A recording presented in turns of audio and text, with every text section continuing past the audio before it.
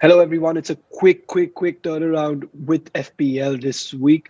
We're off the back of a manic few weeks, and lots of managers unhappy with that last week. I am personally quite okay with it. Green arrows for me. Annie, on the other hand, not that great a week, but hey, no time to dwell on it. We're going to quickly get into the next game week. In today's episode, Annie's going to be taking us through his wild card. So anyone who's playing their wild card, this one is definitely for you.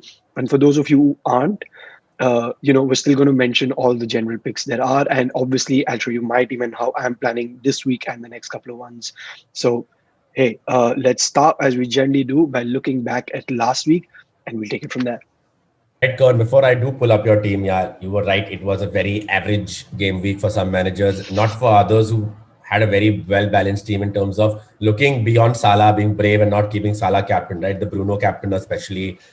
Um, it was funny because West Ham, even though they didn't do too well, Suchek got those points, Cresswell got an assist over there, Dallas clean sheet, all those players in your squad are ones who've actually pushed you just above the edge. So I'm going to pull up your team first, Karan. Karan, I think your midfield, like we've spoken about in the last few episodes, looks very set. Obviously, KDB, right, not delivering. City are looking a little edgy. 2 nil wins only, not those expected 3 nils, 4-1s, 5-1s, right? Mhm. But I think your team is kind of a good template team going into the next two game weeks at least. What do you think? What is your thought behind this? Yeah, so I've made two changes this week. I've taken a -4. I've finally got Son back in. I've been having like some nervy few weeks, man, especially when Spurs end up playing like those late games. So I've just been like, okay, please don't score, please don't score. So anyway, I've got Mahrez is finally out. That punt did not work at all. 1 point, I think, in 2 weeks. Uh, so Mahrez and Grealish are out because Grealish's fixtures have turned. Grealish himself is not doing that great. And I said last week, uh, El Ghazi looks like a great option instead of Grealish, and he did get points. If any of you who took that advice, then hey, send me some good messages, tag me. But yeah, that's the changes I've made. Suchek in because I wanted some West Ham. Bowen clearly not giving the returns. I was still tempted. I had a gut feeling that, you know what, I think he's going to come good over these next few weeks, but I just stuck with the returns that have been coming, and Suchek has been giving the returns far more than Bowen in the last 5 game weeks. Uh, Suchek is in because of that, also keeping in mind the double game week. They have some great fixtures. Son is just in because, again, Spurs have some good fixtures coming up, and I can't have those Novi weeks anymore. I think I need that cover, but I've been safe relatively in the past couple of weeks because they haven't delivered. But I think this fixture turn might change fortune. But even if it doesn't, I'm sort of going down with everyone else, right? I'm not really losing out that much. Right. I think there's not much to add there. I think your plan is relatively concrete, right?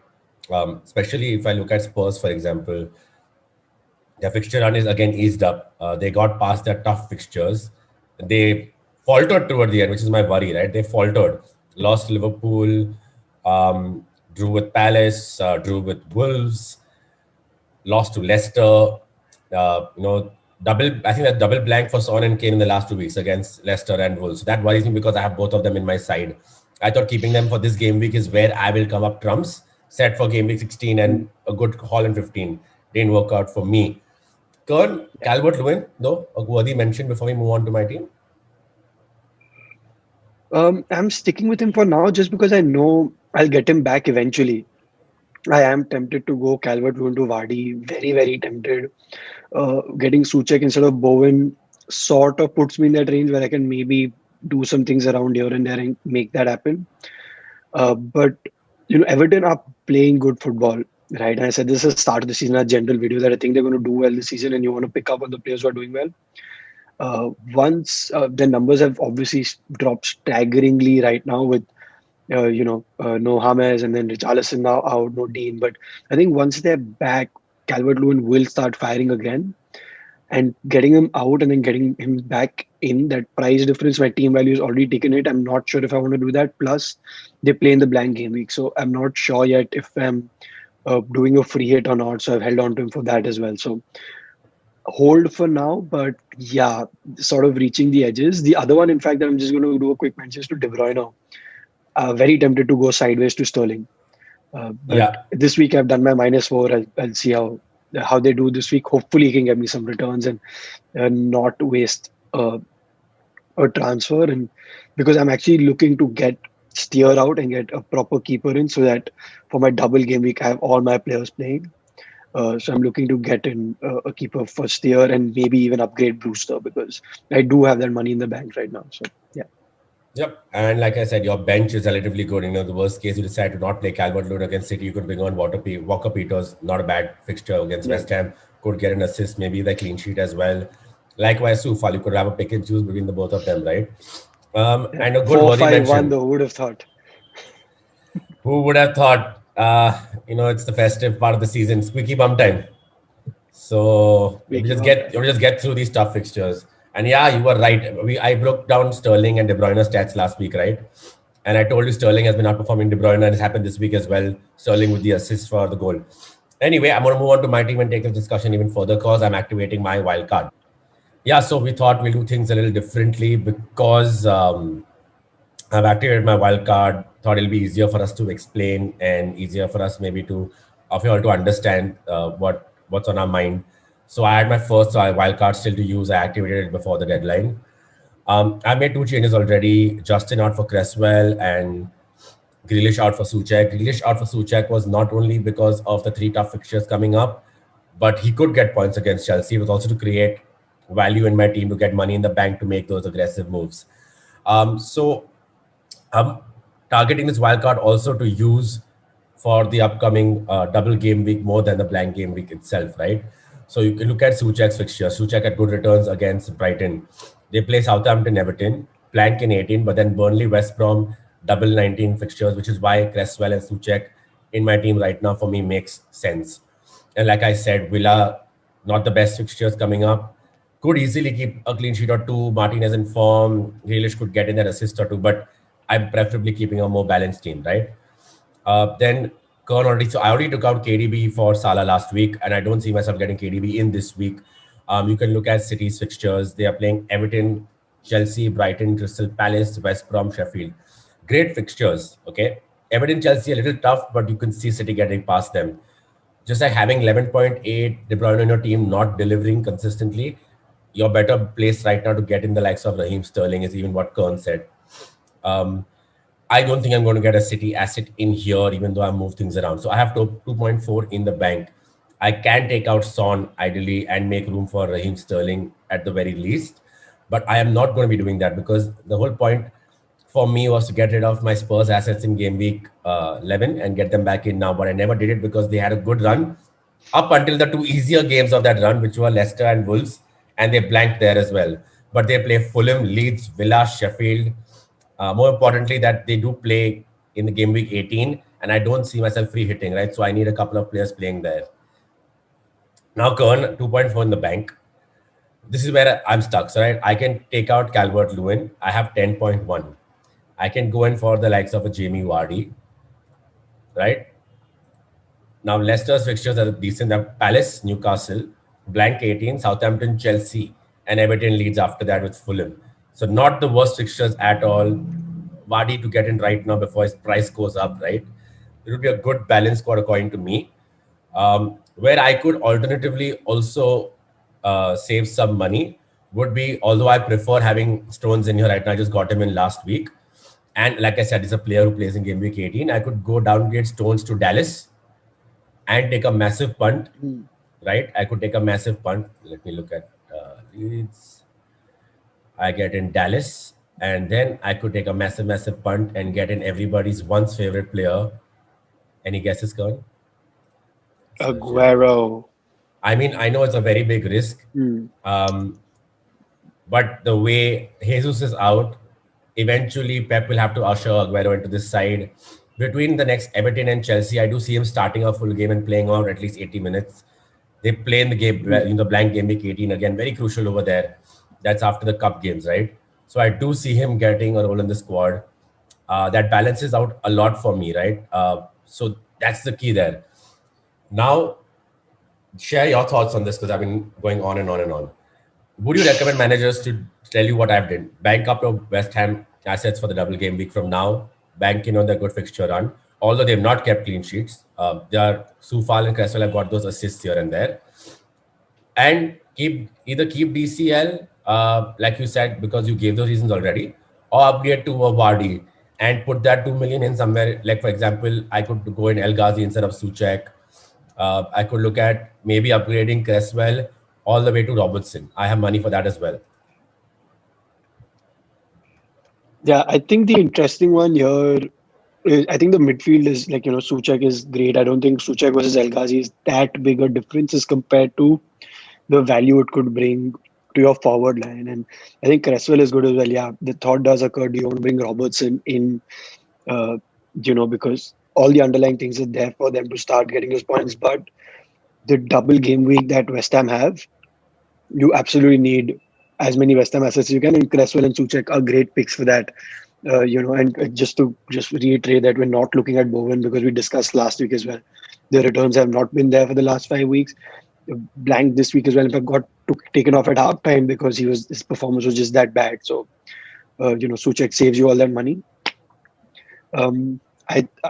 I would think Calvert-Lewin to Jamie Vardy. If I were you, that's what I'm going for. And then this squad, this looks like an unbeatable squad. Then, yeah, obviously just with the difference of the KDB and Sterling. But yeah, you do then run the risk if you do get in Vardy, you run the risk of not having the City asset Like during I said, that's where the blank game week. That's a torn between Dallas and Stones at least.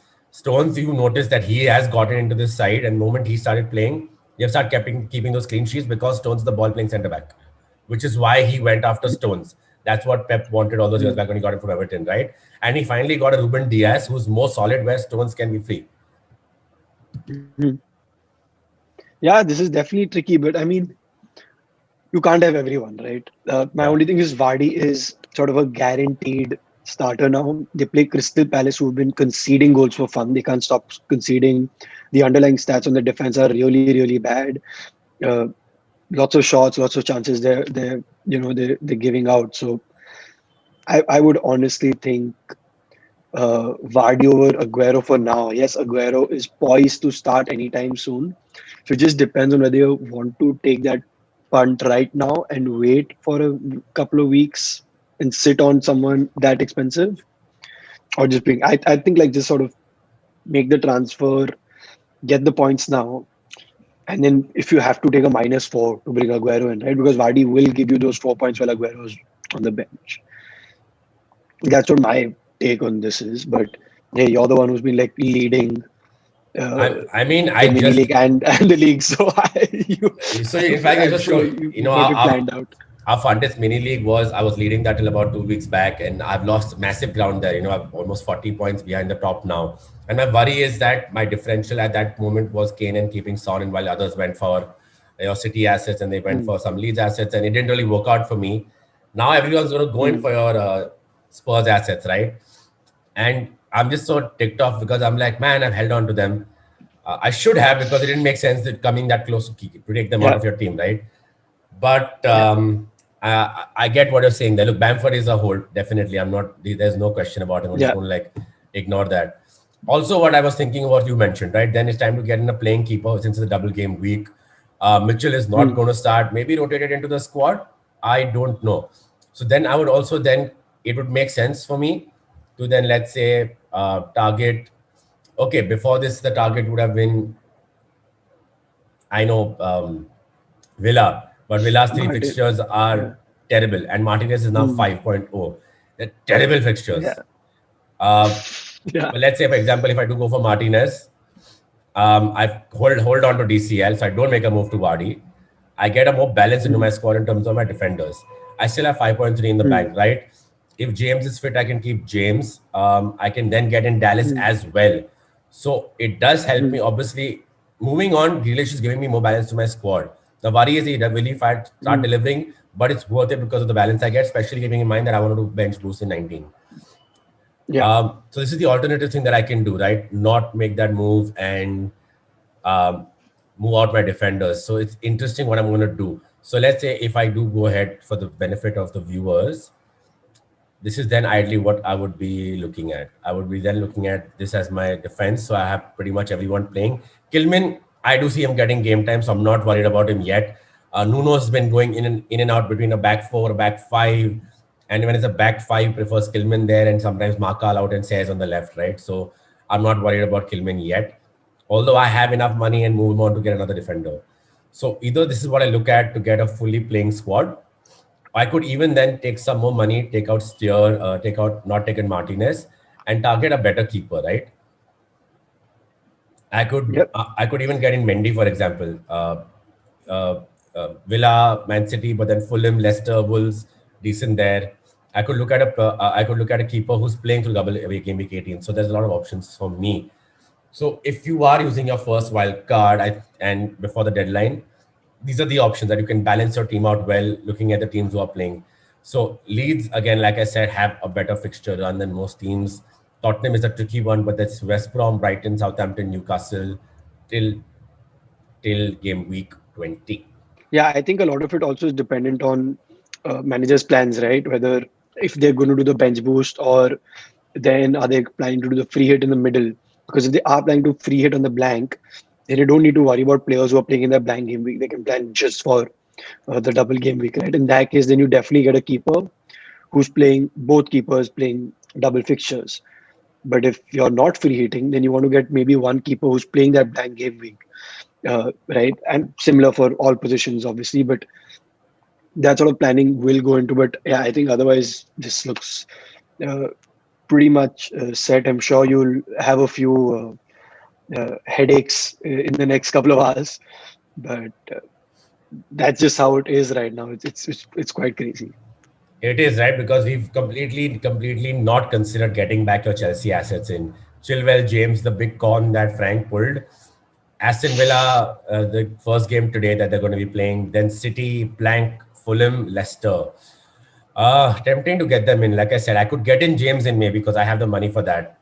James in instead Hmm. of Dallas, or James in instead of Cresswell. I could kill men out for James as well. I have the money to move that around, assuming I don't move out Calvert-Lewin to Vardy and keep the structure in my midfield. I think my midfield is set. Yeah. My defense, keeper, and Calvert-Lewin are in question. Hopefully, we helped you guys get a better understanding about what to look at and not confused y'all. That's always the hope. Okay, Con, quickly to wrap up our episode, let's look at our differential picks for this week, for game week 16 in particular. Bukayo Saka. I was honestly very strongly considering getting him in my team instead of Suchek. Right. It's just the West Ham double game week that sort of made me go the other way. Mhm. He's in the middle of everything Arsenal do. Yes, he had a very fortuitous goal, but uh, if Arsenal are creating something is generally through him, he's really cheap. And I've said this before, the Arsenal's fixtures right now are actually pretty good. And they're pretty great. And uh, it was just a matter of form. Uh, the only thing is, can they build up on this win against Chelsea? We're not too sure how that's going to go, what's going to happen with the team. So some uncertainties here and there, but at that price, under 5% ownership, uh, I think it's worth a shout. Hey, it's differential for a reason, right? Of course. For me, we've already discussed this, so I'll wrap it up quickly. Raheem Sterling, definitely, he's got I was returns going to in. say that as well. Yeah, he's got returns in four of his last 5 games. Exactly when I took him out of my squad after keeping him from game week 3. But okay, I'm not petty. I'm okay. I'm fine. No anger at all over there. Sure you are. Yeah, completely fine. Yeah, but he's been doing well. That point for lesser than De Bruyne. Again, with Jesus out, with Aguero, we don't know when he's, because Aguero is my second option for differential then, right? Because you see him now having to play and he's 1.5% owned. So actually, I look at Sterling and Aguero both for this game week. But with Jesus out because of the coronavirus and Ferran Torres up top, not really working too great, Sterling could end up playing as number 9 even if Aguero's not playing, right? So definitely Sterling is the one to keep an eye out on this week, and maybe Aguero after that.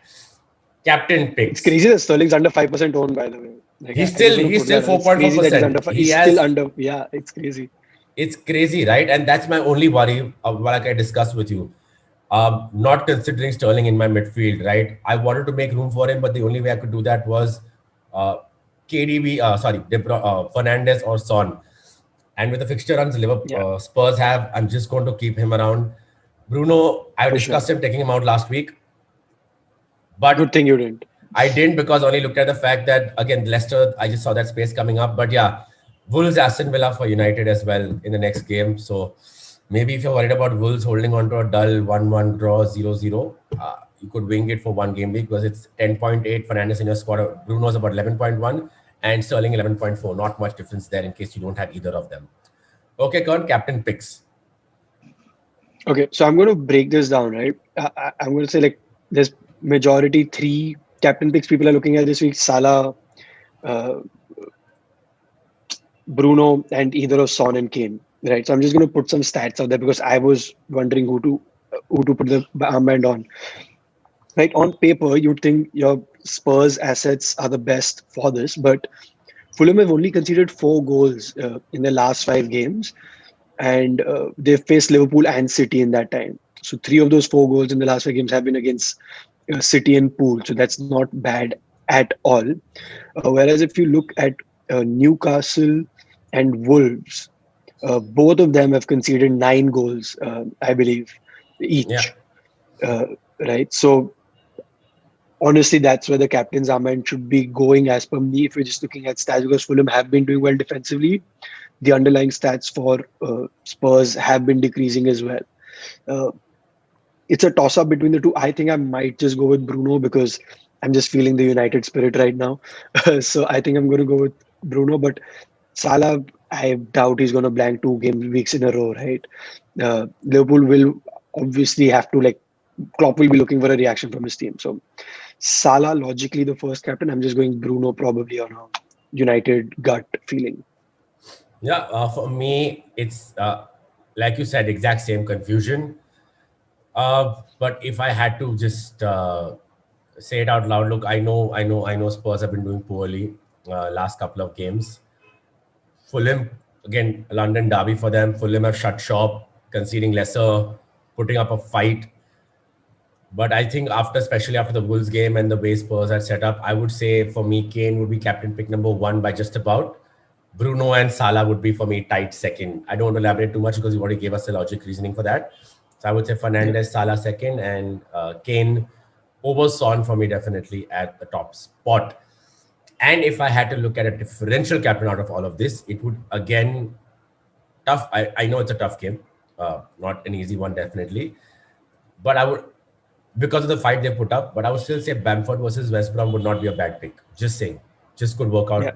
Yeah, West Brom could be that more would be my attacking. pick as well. Yeah. After playing the way they played against Liverpool, they could have more hopes, and maybe Bamford could finally get in those chances. But yeah, that's about it. So that's it, Kern, I think, for this episode. Thank you so much, everyone, for tuning Yes, in. sir. I know it's a tight turnaround between 2 game weeks. The episode will be out only a couple of hours before the deadline. We hope you get enough chance to look at it and help you get your thoughts sorted out. Do hit a like on this video, subscribe to our channel, follow us on Instagram and on Twitter. If you have any doubts, leave it in the comment section of this video or hit us up on Twitter. We're happy to get back to you. We hope you have a very good game week and we hope to see you very soon in our next episode. Happy New Year to everybody. Cheers. Happy New Year, guys. And if you could just give us a new gift. And, I know we keep saying hit like, subscribe, all of that stuff, but it's not just spiel that we have to give. It does help us. Like, we're honestly, pushing ourselves to make these videos out on time. I know a lot of channels haven't done an episode for this week, but we made sure we do one for you guys. So it would honestly mean a lot to us if you could hit like, hit subscribe, spread the word, spread the cheer. And Happy New Year, guys. And best of luck for this week.